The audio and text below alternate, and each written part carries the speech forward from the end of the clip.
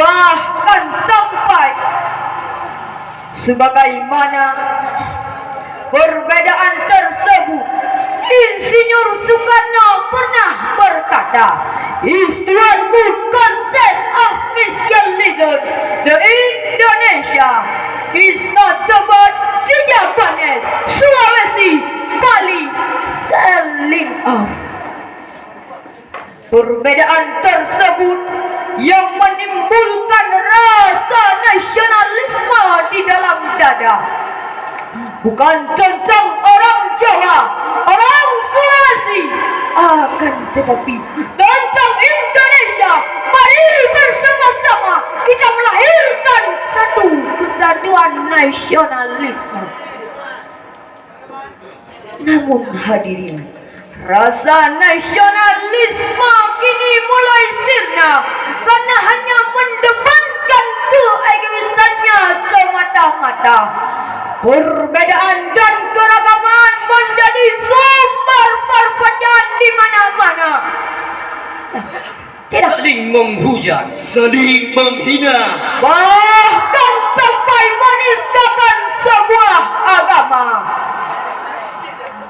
Pemberian berita hoak semakin marak di media massa, kawan antar pelajar dan mahasiswa, sampai pelecehan terhadap simbol-simbol negara. betul ini. Lalu bagaimana cara dan solusi dari persoalan tersebut? Sebagai jawabannya, Nasionalisme dalam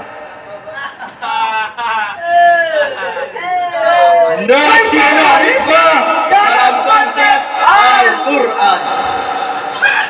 itulah yang menjadi judul syarahan kami pada kesempatan kali ini dengan rujukan firman Allah surah Ali Imran ayat 103 yang akan dibacakan oleh qari kami. أعوذ بالله من الشيطان الرجيم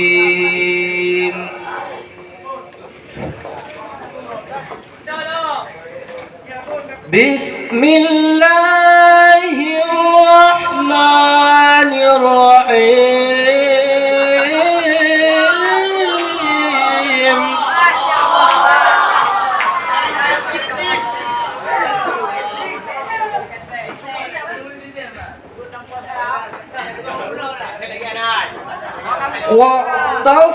واعتصموا بحبل الله جميعا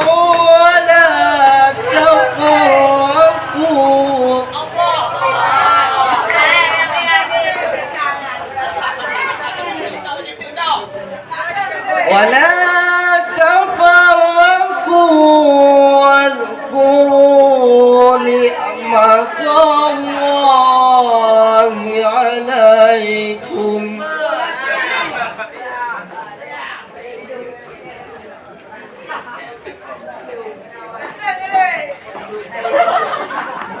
ولا تفرقوا واذكروا نعمة الله عليكم إن كنتم أعداء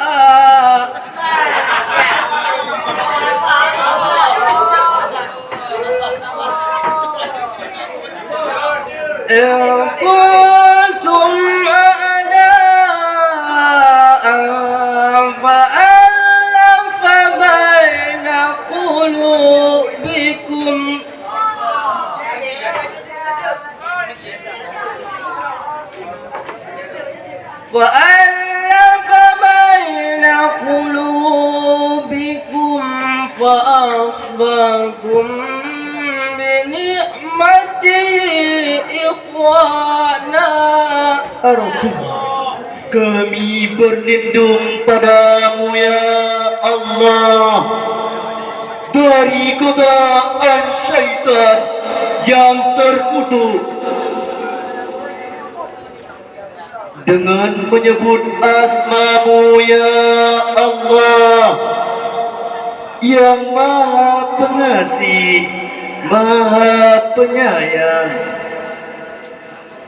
Dan berpegang teguhlah kamu semuanya pada tali agama Allah.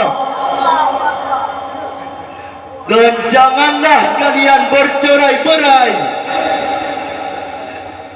Dan ingatlah nikmat Allah kepadamu semuanya. Pada ketika kamu dahulu masa jahiliyah bermusuhan, lalu Allah mempersatukan hatimu sehingga dengan karunia-Nya kalian menjadi bersaudara. Hadirin Dewan Hakim yang kami muliakan, wa'tasimu bihablillahi jami'ah. Berpegang teguhlah kamu pada tali agama Allah. Ayat tersebut menginformasikan sekaligus menyuruh kepada kita untuk saling berpegang teguh pada tali agama Allah. Dan ayat tersebut melarang kita untuk bercerai-berai. Wala tafarraqu, dan jangan bercerai-berai. Syekh Ismail Haqqi Al-Barasawi dalam tafsir Ruhul Bayan jilid 5 halaman 321 menjelaskan penyebab terjadinya safarat atau perpecahan ialah iza kuntum ada, apabila kalian berselisih. Hadirin Dewan Hakim yang kami muliakan, generasi muda harus mampu menjadi pelopor persatuan bangsa dan agama, karena dengan baiknya pemuda akan baiklah bangsa dan agama. Maka dengan persatuan pemuda akan kuatlah bangsa dan agama. Maka marilah pemuda kita bersatu padu dalam mencintai bangsa Indonesia. Pemuda-pemudi Islam bangunlah, panggilan jihad rambungkan, wasiat Nabi Muhammad peganglah, harta dan jiwa serahkan, di dalam persatuan sirnakan perpecahan, binakan persatuan, sirnakan perpecahan. Persatuan kalam Tuhan. Allahu Akbar. Hadirin Dewan Hakim yang kami muliakan, kita harus mampu menjadi gimana prinsipnya Panglima TNI Jenderal Sudirman. Robek-robeklah badanku, padang-padanglah jasad ini, akan tetapi jiwa ini masih dilindungi oleh aroma merah putih. Masih tetap hidup, tetap membela siapapun lawan yang aku hadapi. Hadirin Dewan Hakim yang kami muliakan, mari kita bersatu padu dalam mencintai Indonesia, karena umat Islam itu bersaudara, yakni bersaudara dalam agama Islam. Sebagaimana Allah berfirman dalam Quran surah Al-Hujurat ayat 10 yang akan dibacakan oleh qari kami. Innamal mu'minuna ikhwatun fa aslihu baina akhawaykum.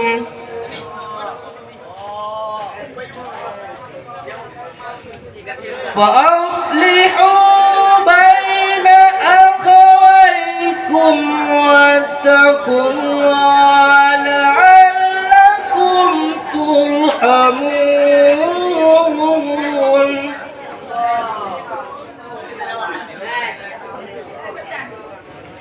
Sesungguhnya orang-orang mukmin itu bersaudara.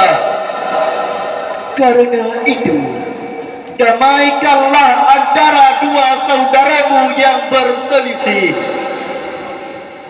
dan berdakwalah kepada Allah. Hadirin dan hakim yang kami muliakan, Syekh Muhammad Mustafa Al-Marawi dalam tafsir Al-Marawi jilid 2 halaman 31 menjelaskan, innamal mu'minuna ikhwah ay ikhwatu fiddin. Sesungguhnya umat Muslim itu bersaudara, yakni bersaudara dalam agama. Alhamdulillah. Implikasi dalam rasa persaudaraan tersebut hendaknya menumbuhkan rasa cinta terhadap agama, rasa cinta terhadap Indonesia, rasa cinta tentang nasionalisme Indonesia. Karena Indonesia tempat di mana kita lahir, tempat di mana kita hidup. Karena Indonesia tempat di mana kita menutup mata. Hadirin Dewan Hakim yang kami muliakan, dari syarahan kami di atas tadi, 3 hal sebagai kesimpulan. Yang pertama, nasionalisme merupakan rasa cinta terhadap Indonesia, maka harus kita tanamkan pada insan-insan manusia. Yang kedua, persatuan dan kesatuan merupakan pilar utama dalam mencintai agama. Yang ketiga, persatuan merupakan pilar utama dalam mencintai tanah air kita.